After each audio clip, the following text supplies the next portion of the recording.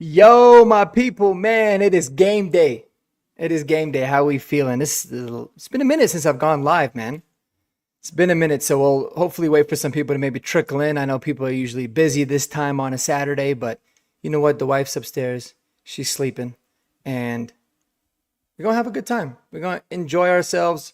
We're gonna have fun, and we're gonna rock with it, man. So let me know how you guys feeling about the Broncos week one preseason game against the San Francisco 49ers. Looking forward to this, man, but I always get nervous with preseason games from the injury concern. I mean, listen, injuries suck. Injuries are the worst when they happen. But when they don't, it is always a big positive. But when it happens in the preseason, that's always the worst, man. That's always the worst. You feel bad. But the Broncos are going to play their starters like I think they should, and we're going to rock with it. Fanatic Dak, what's going on, my man? Check out Fanatic Dak's channel. He's always crushing it, putting great content out on his YouTube page, on Twitter. I love his stuff on Twitter, so be sure to show him some love. Appreciate you tuning in, my guy. And want to know how you guys are feeling about this game today, man. A couple things I'm really looking forward to the most.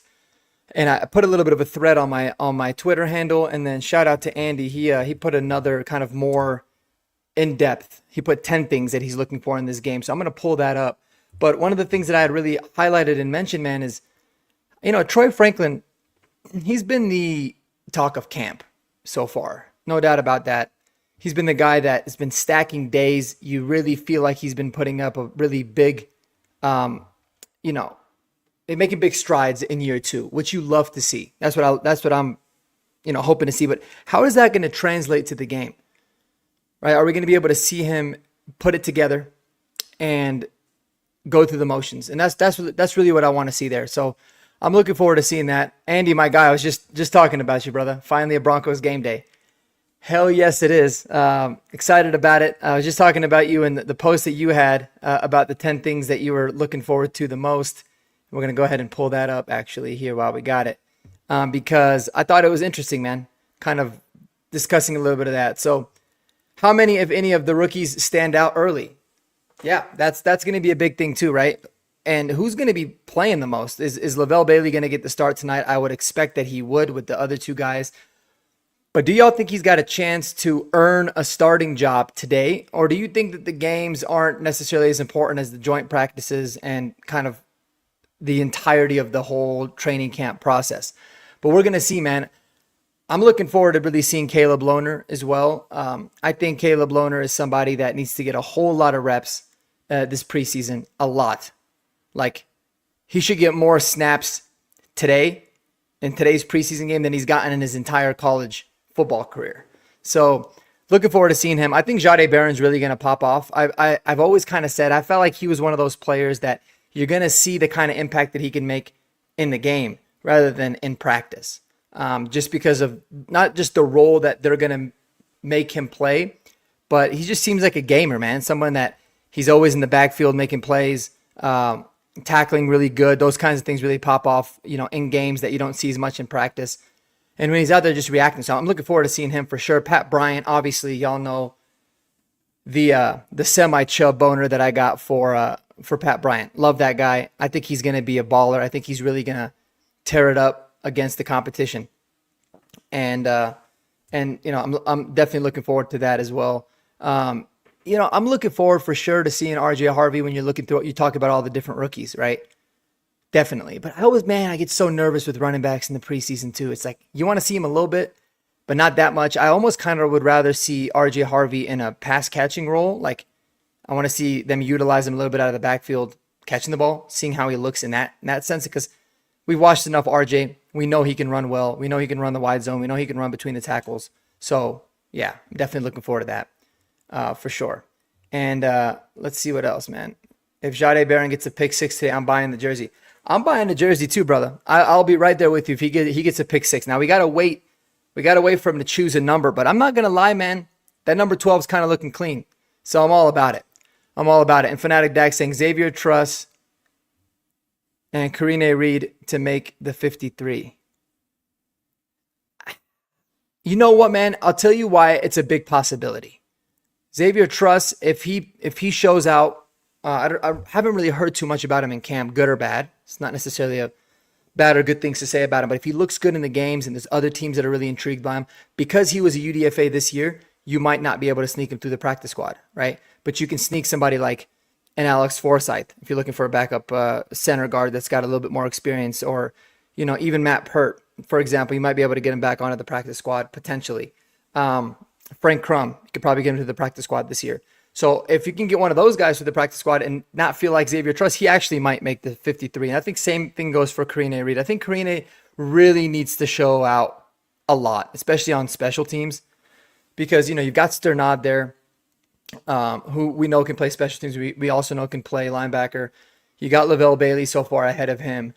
And, what you've seen is like, they don't really want to have a whole lot of linebackers on the active 53, but they do want to have some guys on practice squad. Can you get them on practice squad? If you can, great. If not, they might bring in one of those veterans like you saw last year with Zach Cunningham and the other dude. I always forget names whenever I go live, but y'all know who I'm talking about. So anyways, we'll see. Andy's saying, I only want to see RJ get like 3 carries and 2 receptions and take him out. Yeah, I'm right there with you, man. Because I feel like I know the kind of player he's going to be. Running backs don't need that much of a transition going into the NFL, like a lot of people think, especially when you've got a crazy, we just got a stupid amount of talent. He'll get his feet wet. And now because of the addition of J.K. Dobbins, I don't think you need to have, R.J. Harvey start out the season hot. You can kind of get his feet wet going as the season progresses. I do want to see a lot of Audric Estime because I think Audric Estime needs to earn this position. He needs to earn a roster spot. And I want to see him run like a menace that he is, right? He fumbled in the preseason last year and carried over to the regular season. Then he gets injured. His season got off to a really weird start. He's got a good chance to start fresh, to go out there and dominate. And he should dominate, especially against the second, third, fourth teamers of the Niners. I mean, I don't care who the offensive line is. He needs to go out there and look really decisive. I agree 100%. Running back is the easiest position to scout and learn just by watching collegiate tape. So I think we have a pretty good understanding of who he'll be. Yeah, I mean, there's no doubt about it. It's not to say that it's easy, but sometimes you just look at a guy and you're just like, man, he's going to be really good in the NFL. Or he's going to be a superstar. I think that's how I always look at it. Or he's just not going to be anything that special.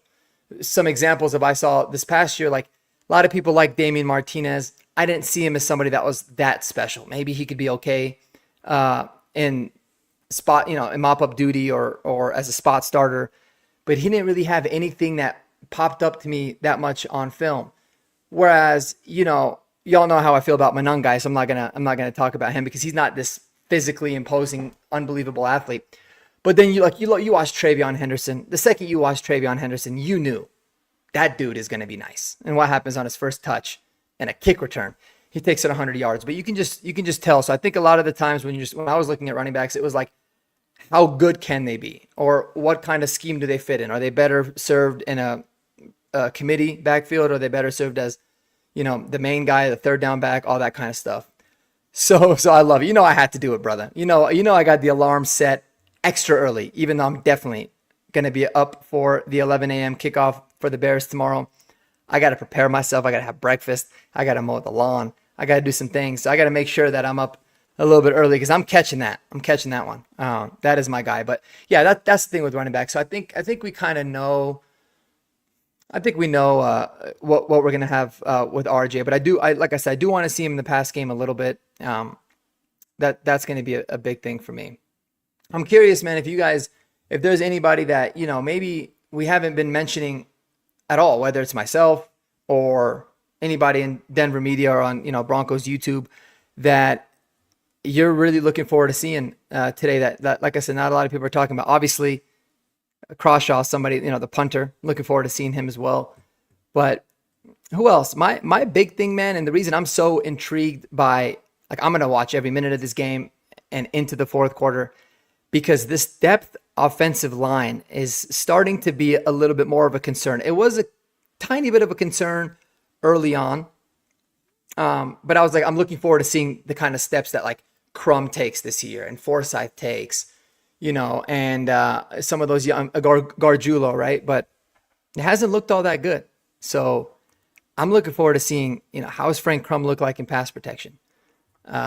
how does Gargulo look like, right? Is there anybody else that's an offensive line on this team that we've barely even talked about? There was one guy, I was looking through the roster the other day, and I was like, oh shit, I forgot that dude was even here. I think we signed him as a UDFA last year, and he was on the practice squad for most of the time, but we didn't even see him play at all. So it's like, is there going to be somebody else, or is that going to be a major concern, right? I mean, you got Matt Pert, who right now looks like he's going to be the swing tackle, no doubt about it. I mean, at least you feel like you can trust him being a vet, but should we scour the wire, or is it going to be other dudes? But the guy that I was talking about was there's Marcus Cox, who I think we signed also this year. I feel like there was somebody else.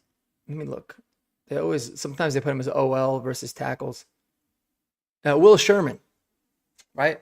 I remember Will Sherman last year was struggling, but they kept him around for a reason, former CU buff. So how can he look? And those are some guys that it's like, man, maybe we're not talking about them nearly enough. And there could be some other guys. Andrew Farmer is going to be really, really fun to watch. He's had a pretty good camp from what people are saying. Wish we had the opportunity to see Q Robinson. Doesn't look like that'll happen today. But yeah, man, it's going to be fun to see, fun to watch. And I think that there's a lot of guys. And is there going to be anybody in the secondary from the cornerback standpoint that stands out that we haven't talked about, right? Quentin Newsome, guy that was here last year. Joshua Pickett, he went viral a little bit for getting burned by the San Francisco receiver that somebody was mentioning that was Pat Surtain. It wasn't. It was Josh Pickett. But can any of these guys, Jaden Robinson, can any of those guys pop off? Or are we going to see Devin Key again, right? We're going to have to see. Fanatic Dad coming through saying, KAD, Chris Abrams, drain. Yes, sir. That guy, man, I feel like we saw enough last year. Getting thrown into, the defense at a really difficult time, like 2 minutes left in the game. They needed to stop. Played great. Looked great in the Chargers game. Thought he was a big-time gamer. I think he's going to be a player, man. I think he's a really good player. And apparently, I don't know if this was the case last year, but apparently he's like got a core special teams role this year. Like he's someone that's been playing all 4 phases that they really like on the special teams also. So that's interesting. I mean, I think Chris Abrams-Drain is awesome. And having someone like him is so good because he can play outside like he proved last year. I think he can play in the slot if you need him to, like he did a lot in college. So it's going to be awesome. It's going to be awesome. And Savion Jones, baby. Yes.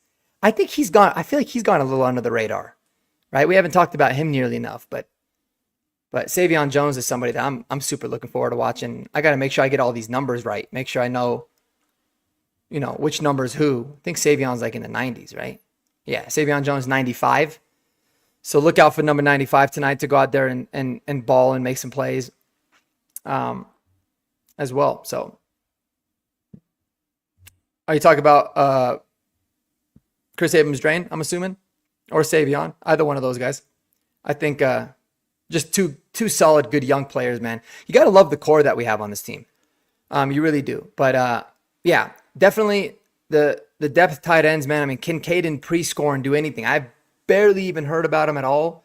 And like I said, that's not necessarily a bad thing. He's not doing anything badly. Like Lucas Kroll, you heard about. They said he had a much better week this last week, but you heard a lot of negatives about him early. Caden pre-score, and you haven't heard anything good or bad. So he's an intriguing player because I'm still very concerned about this tight end position. Evan Ingram goes down, you're completely screwed. Completely. You don't have anybody that you can semi-count on besides maybe Root Beer Nate, who's showing a little bit. In Trotman, we kind of know who he is. So we need a lot of that. We need some of these guys to really show out and see. And what I like to do, man, is sometimes I'll be scouting the other teams guys too. Who's looking good for the Niners? That's like, damn, that could be kind of intriguing. They might be really deep at a position that we're not. And so, we'll see.